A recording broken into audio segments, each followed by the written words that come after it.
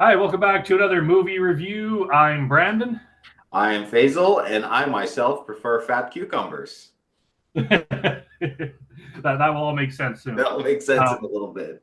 so we actually had someone in the comment section request that we review the movie Killer Party from 1986.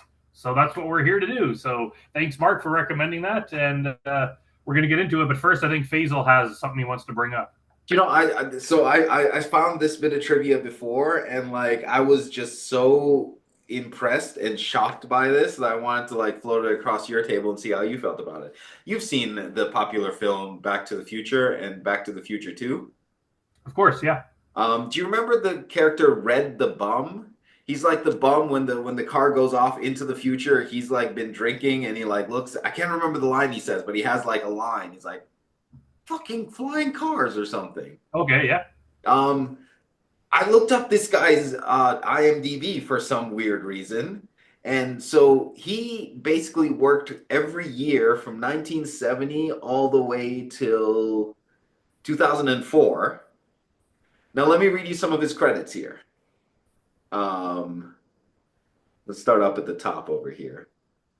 Uh, so he was in a bunch of like weird porno stuff. Like he was in Ilsa Harem Keeper of the Oil Sheiks. He was a beggar. In Drive-In Massacre, he was suspect in a warehouse. He was Up Yours in 1979. He was a beggar. Escape from New York. He was a drunk. Uh, Break-In, the original Break-In, he was a bum. He was a bum, but he wasn't in Break-In 2 Electric Boogaloo. In Back to the Future, so he was Red the Bum. After that, he was in The Night Stalker. He played a tramp. He played in Sorority Babes of the Slime Bowl Bolorama, which is kind of like the movie that we just watched, Killer Party. He was the janitor. In Maniac Cop, a movie that we watched on the podcast, I believe, he was Old Man. Basically, he just what's this other one? Back to the Future 2, he was a bum. Speak of the Devil, redneck. Dead Men Don't Die, wino. He was just like played a bum or a drunk or a tramp all the way till 2004. Like, I'm not even kidding. Once a year, 91. How many credits does he have in 91? One, two, three, four, five. Five credits in 1991 alone. So the most successful level he ever reached was janitor. Yeah, he was in. Did you ever see Munchie? No. It's a terrible movie, but like about a plastic werewolf. He played Rich Tramp. Oh, okay. That's not so bad. A rich tramp. I'm trying to. Oh, in Wishmaster, the first Wishmaster in '97, he was homeless man.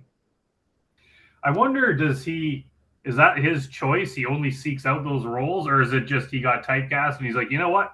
I got a career out of this, so may as well roll with it. I wonder if because it was it Jonathan Demme who made Back to the Future? No. Robert Zemeckis? Robert Zemeckis. I wonder if Robert Zemeckis used him as a drunk and he just had it so dialed in that like anytime anyone needed a drunk, they'd be like, "Hey, I work with this one guy. He's really good. Call Yeah. him." The other drunks just don't compare. He got it so dialed in. Honestly, it's the kind of like body of work I am jealous of. His Nice. early movies include Tender Loving Care, Video Vixens, Teenage Seductress. Um, so he started in like the grindhouse, like exploitation, like borderline soft core, and then he graduated to Back to the Future and like family friendly movies where he played a drunk. Hmm. Well, that is an interesting bit of trivia. Yeah, hey. Cool. All right, so let's get into this movie, Killer Party. This I don't even know what to think of this one. Man. Okay. I'll let you start. Let's go. I feel like just based on what you just said, we're gonna have differing opinions on this. Let me see if I can find a common ground between the two of us. Okay. The soundtrack fucking whips. Yeah, this movie is freaking. It starts off so weird. I didn't even know if I It was does. watching It right really does. But because you that know how. opening song with April, you're not fool. But you know some we've seen that before in a lot of movies where it starts off with a kind of tense, scary The scene, fake out. and then it turns out someone yells cut, or it's like, oh, that's just a movie someone else is watching. They do that here. They have this scene at a funeral home where the dead body comes out of the casket and grabs this woman, drags her in, and then all of a sudden it cuts and it's like, oh, they're at a We're in a drive-in, movie. a young couple watching this at a drive-in, and then all of a sudden there's a scene to drive-in. Of course the classic. The guy was trying to get it on with her, and she's like, no, don't touch me. And so she leaves to get popcorn. And there's this whole drawn-out scene. She comes back, and the boyfriend's gone, and then all of a sudden he has a knife, and then all of a sudden it just turns into a music video. Oh man, I was on board. I'm not gonna lie to you. I was very on board. As soon as because the song was good, I was pretty on board. If the song hadn't been good, I would have been like, what's going on here? But like I'm sitting there and I'm like, this kind of rocks. I was like, is this the movie, or is this something that was like on this video file before the Yeah, movie? I feel like it didn't come up at all through the rest of the movie. Like, Yeah, did he ever and go it back to didn't the even amusement park? and it wasn't like the music video was blended into the movie. Like it even No. had like they do in music videos, they had at the end the name of the band and the song and the record label. Like that logo came up, and then all of a sudden it turns to someone is watching that on Yeah. TV. So that wasn't even part of the movie, and it's never referenced again. So they Well, have two okay. fake outs that are never referenced again, and yeah, it was such a strange way to start the movie. So speaking of body of work, though, I do have to point out the director William Fruet. I've seen a couple of his films. He made a movie called Death Weekend that also goes by the name House by the Lake. And like, I really want to point out that this guy sucks at titles. Because what is Death Weekend or like House by the Lake? His other movie is Search and Destroy. This one is Killer Party. It's a good movie. I think I had a good time watching this movie, but man, it could use a different title. Actually, Killer Party Yeah, fits. Killer Party fits. it does fit, and I'd say I liked it. If I had to pick, thumbs up, thumbs down, I go thumbs up.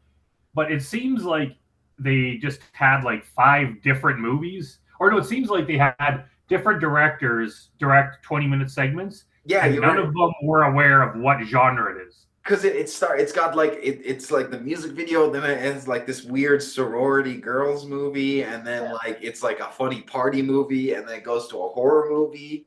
Like And it's it goes to different types of horror movies. Yeah, like it starts off being like Revenge of the Nerds, Porky's type that yeah, comedy where the guys are like spying on the girls and and the pulling girls are pranks running on like a them. sorority, and they're like spanking each other, and like oh Yeah, and then it's then you have the weird crazy party scene, and then it turns into a slasher with a someone dressed up in one of those old school scuba diving costumes, like yeah, with the big metal helmets, and he's like going an around episode of killing Scooby people. Doo. And then the end, like the last 15, 20 minutes, it turns into like flat out Evil Dead knockoff. Like even Well, the makeup looks Evil Dead. they do hint throughout the movie that the house is being. I was gonna ask you, do you think that's where the Simpsons got it from, where the house is like get out? So that's from Amityville Horror. Okay, so they probably stole it from Amityville, and then Simpsons stole it from Amityville too, because they kind of slightly hint at like the house being possessed through the movie, but like not in a good way. I hate. There's a lot of fake outs in this movie. Yeah, there's. I was even worried because it takes place like April Fool's Day, so there's a few Yeah, fake outs where someone will be stabbed to death, and then it's like, haha, fake blood. That was just a prank, and they're like, oh, you guys got us, but you know and then they what? do that again. Someone will get their head cut off and in a guillotine, and that's just a fake out. And I was like, man, they better not end this movie with the entire thing being a fake out because that would. I like the guillotine head fake out because it was a little scary, and then they get close to it, and you see that the head is fake. So in my head, I was like, "Well, okay, this is your standard '80s movie fare, I guess. It's a fake old head." And then she was like, "Ah, I got you," and I was like, "You know, that's a creative way to use like you got me a little scare, and then when I'm close enough to see it's fake, you like incorporate it into the movie." So I was like, that's clever. You earn your scare here. But it was so weird because they never like stuck with anything more than like a couple minutes at most. Like there'd be that scare, but then it'd be like, oh, it turns out it's a fake out joke, and then there'd just be like weird party shenanigans for a bit with the nerdy guy like trying to pick up girls, and then all of a sudden it would be back to the slasher type thing, and at the end it's full on like demon possession. It's like yeah, they hinted at that, So I but it's have like to it wasn't. It was just kind of like they made it up as they went along. I have to say, the middle of the movie, or like towards the last third of it, it did remind me a little bit of Hot Box, where like Yeah, you're seeing yeah, different scenes in the party. if you cut out all like the murders and stuff, like the party stuff is very hot box. Yeah. Yeah, it absolutely is. I honestly, I'd never seen this movie. I'd never even heard of this movie until Mark recommended it in the comments. But yeah, there's definitely hot box vibes here. But it just seemed like they didn't have enough money or something for a lot of murder scenes, so they just padded the rest with comedy and other stuff they made up like as they went. So it just Do you so think over so? the Because it does look high production value. What do you think the production value of the whole film overall? It doesn't look like a cheap 80s movie. no, it looks like they've had more money than most cheesy 80s slashers. Like it looked pretty decent. What Like do they you think had the budget of this was? I'm gonna go look it up, but do you wanna take a guess at it's what the hard. budget I was? honestly I couldn't even say because like back then like they had it took more money to do less.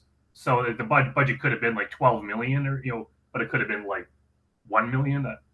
I couldn't That's even guess. because I saw at the box office it grossed like 450,000. Um, I'd say 2 million. I'd guess. Fair enough. Fair enough. Do you know this was the last movie that MGM made before they got taken over by Ted Turner? Oh, yeah, Let me read the little blurb over here. It says it was the last film from the original library of Metro Goldwyn Mayer, titles dating back to 1924, following the studio's sale from Kirk Kerkkin to Ted Turner in the same month. While it received little critical notice at the time, it's become a cult following. But like, I also did not expect MGM to be the ones that were behind this film. it doesn't seem like a studio film. It seems like the kind of thing that Right? like we would make. But this is what I'm saying. It looks like a studio film.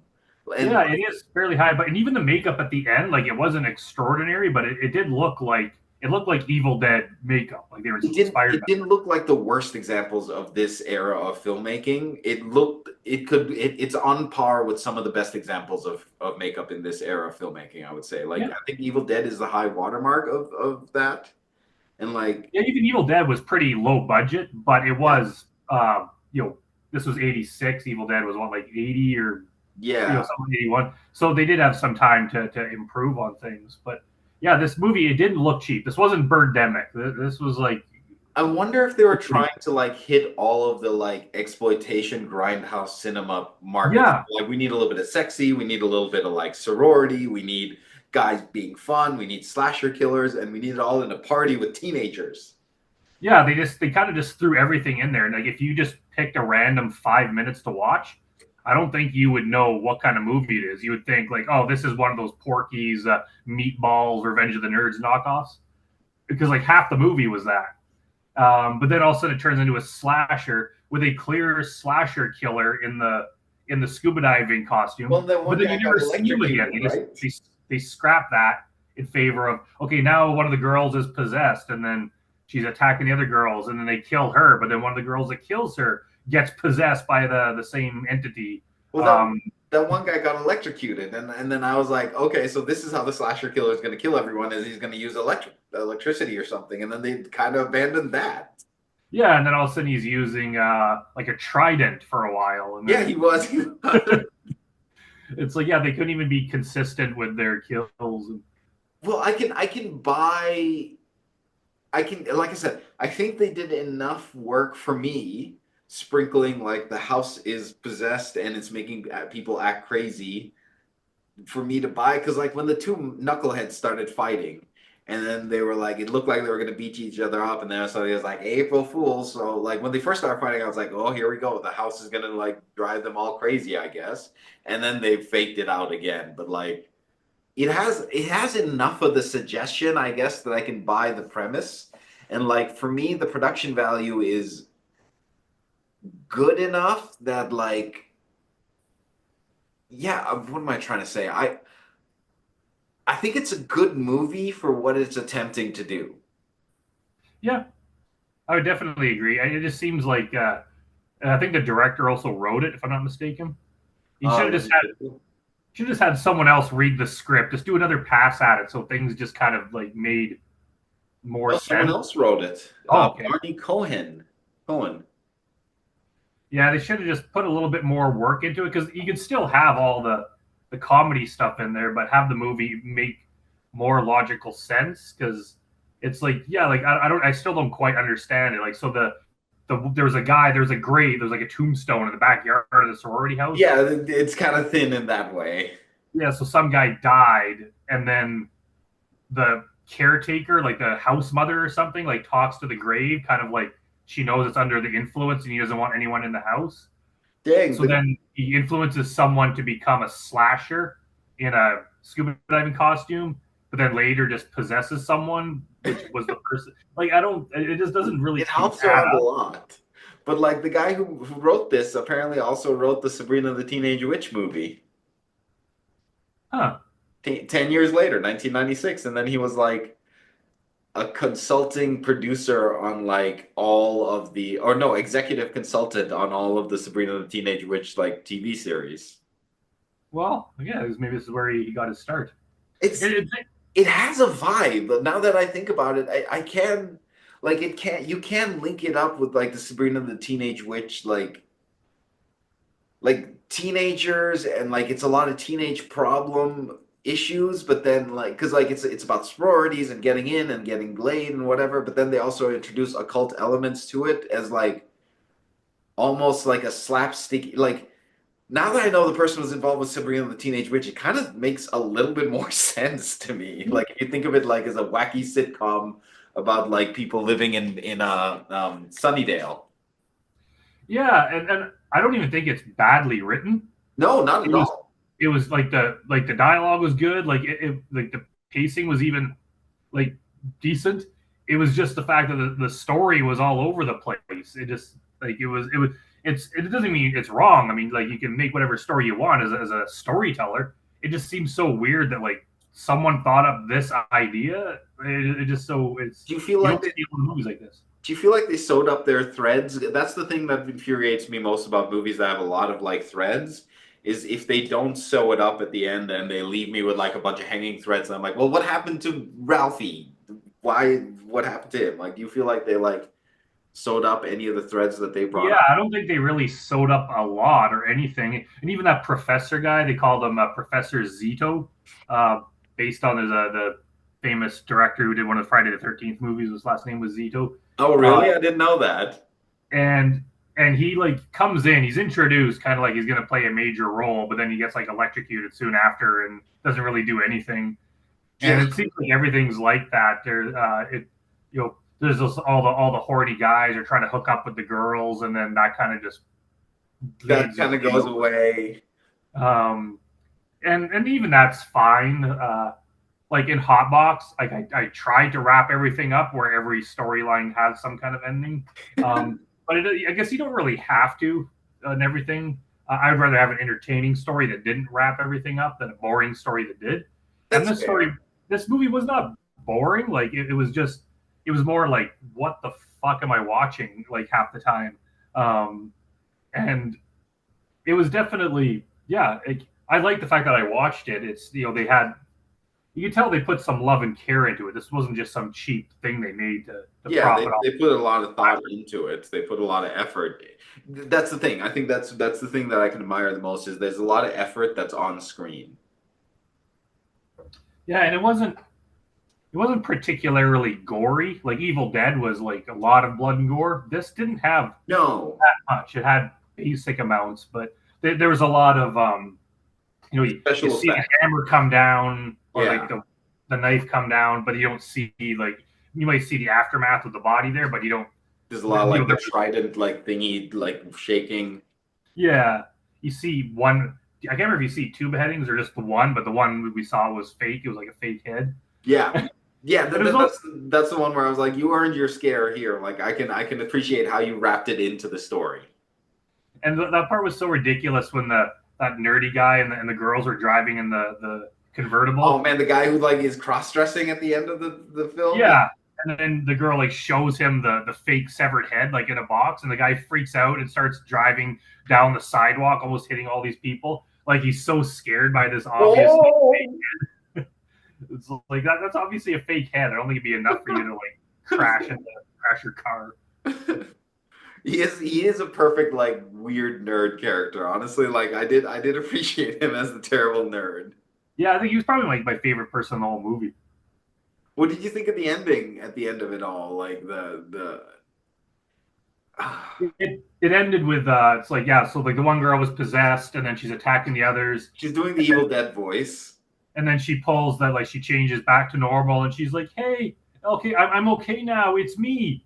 And then so the girl like yells like, okay, I won't kill you, and then she's like, aha, no, it's not, and attacks her again.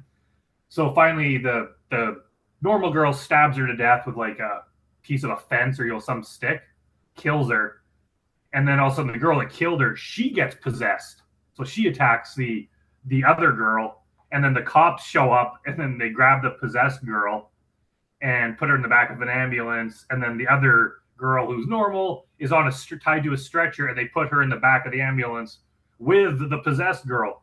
And of course she's like, no, don't put me in there with her, don't. And the paramedics ignore her, They're like, shove her in the crazy back, shove lady, them we both need in to the get you back. to the hospital. And then the ambulance drives off, and of course the possessed girl's grinning evilly, and the ambulance drives off, and the credits roll. So it's not like nothing in this movie was really bad. It's just that It's not it's like I don't know memorable what for I'm you? watching. It's crazy. Do you find it wasn't memorable for you, or was it just confusing, like the tone kept bouncing back and forth? I'd say it was definitely memorable. I can see why people would like it. It's just a wacky movie that there's not a lot of other movies like it. I just find it like most of the time watching it, I'm like, what the hell is going on here? And then all of a sudden it'd be like, okay, like I see this is kind of interesting. And then all of a sudden it just does like a 180 and it's like different stuff's Okay. happening and it's a different style of movie. And it's like, okay, I guess it's a slasher movie now. This is kind of cool. And then all of a sudden the whole ending is like not a slasher movie anymore. It's like an Evil Dead horror paranormal type movie. And it's like, yeah, that's kind of cool. I think like honestly, the last like 15, 20 minutes are probably the best part of the movie, I'd say. Yeah, fair enough. I like the like sorority and like the college hijinks part of the movie and like the like, oh, these girls are being mean to me. Like Yeah. I like a lot of the like the cheesy build up to the thing. I think overall, well, I'm curious. So what would you give it a score overall at the end of it? I go like 5.5 to 6, Oh, but that a low. positive, but a like a more positive one, which is weird to say. I'd give it a solid seven. I think like what it set out to accomplish. I don't know if it necessarily set out to accomplish these things, but like I think it did a good job of blending everything in there and then putting like a little bow on everything. Um, I think if I was seeing this in a drive-in theater in like so okay, this is the point of mine that I'm taking from is it's 1980 1986. I'm a teenager. I only have $2 to spend my Friday night on, and I got my best girl, and we're gonna go see this movie. And for the $2 that I'm paying, I get a music video, I get a college movie, I get a horror movie, I get what else is in here? I get a slapstick comedy, and all in an hour and a half. I'm pretty satisfied. Yeah, I could see that. And I think honestly, if I went back and watched it again, now that I know what I'm in for, and I could be like, okay, I know it's going to be all over the place tone wise, and watching it, I might be like, okay, actually, it is better because it was well done and it was fun. And there are honestly, there's boring slasher movies, there's boring college movies and all This that. wasn't boring. That's the one thing you can say. It wasn't boring.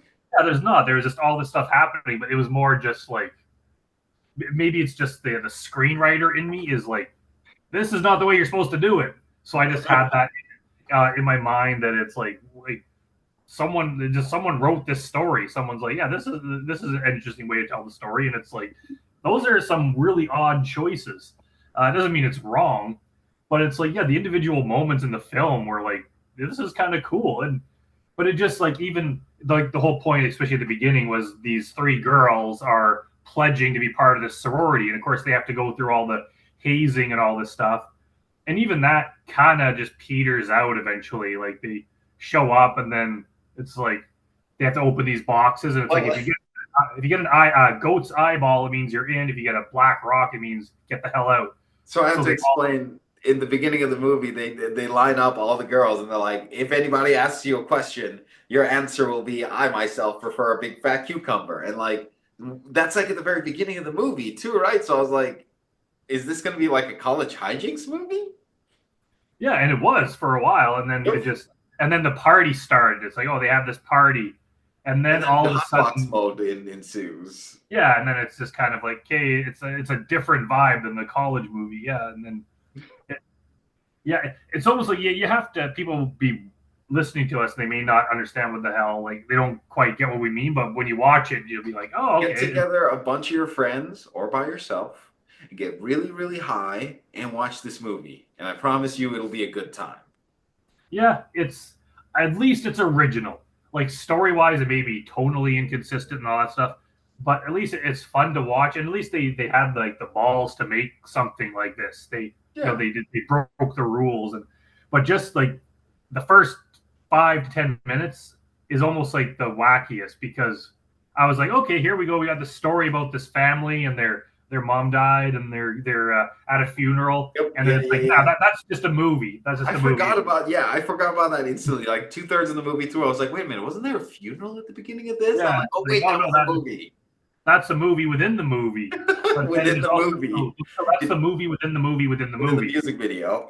And then the other part, it starts off as a movie, but it turns into a music video. Yep. But it's like it was like half movie, half music video. But it turns out that is the movie within the movie, and one of the characters is just watching that on TV. Like they were just doing that to promote that. They probably didn't have enough. I don't know if it wasn't enough time. Like it's a pretty tight hour and a half. I Yeah, don't like know it's what not magic this super movie's short. done, but I enjoyed the hell out of it. Yeah, it's a and that band I can't remember what they're called. They're called what are they, like White Sister. White Sister. Yeah, I think they're just like a take on White Snake. They're just Yeah, a I was gonna say that's a weird name for a band, but fine. You wrote a song that whips, and then there's other songs in this that I've been trying to find. That some of them are pretty good. yeah. The what's the one that they play in the The Club, like, right? no, they play in the middle when they're driving around. They play it again in the end credits. I'm gonna have to go Uh, look at that. I think that was a Laura Branigan song. it's so cheesy and kind of catchy.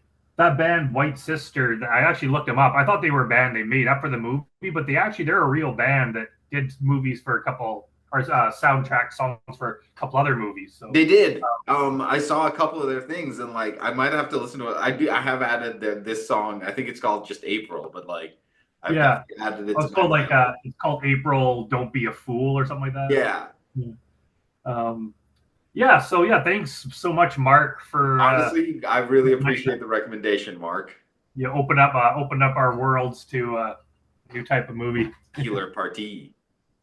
Cool. All right. Well, that's it for this one. So if there's any other movies you want us to discuss and review, let us know. Otherwise, we'll see you next time.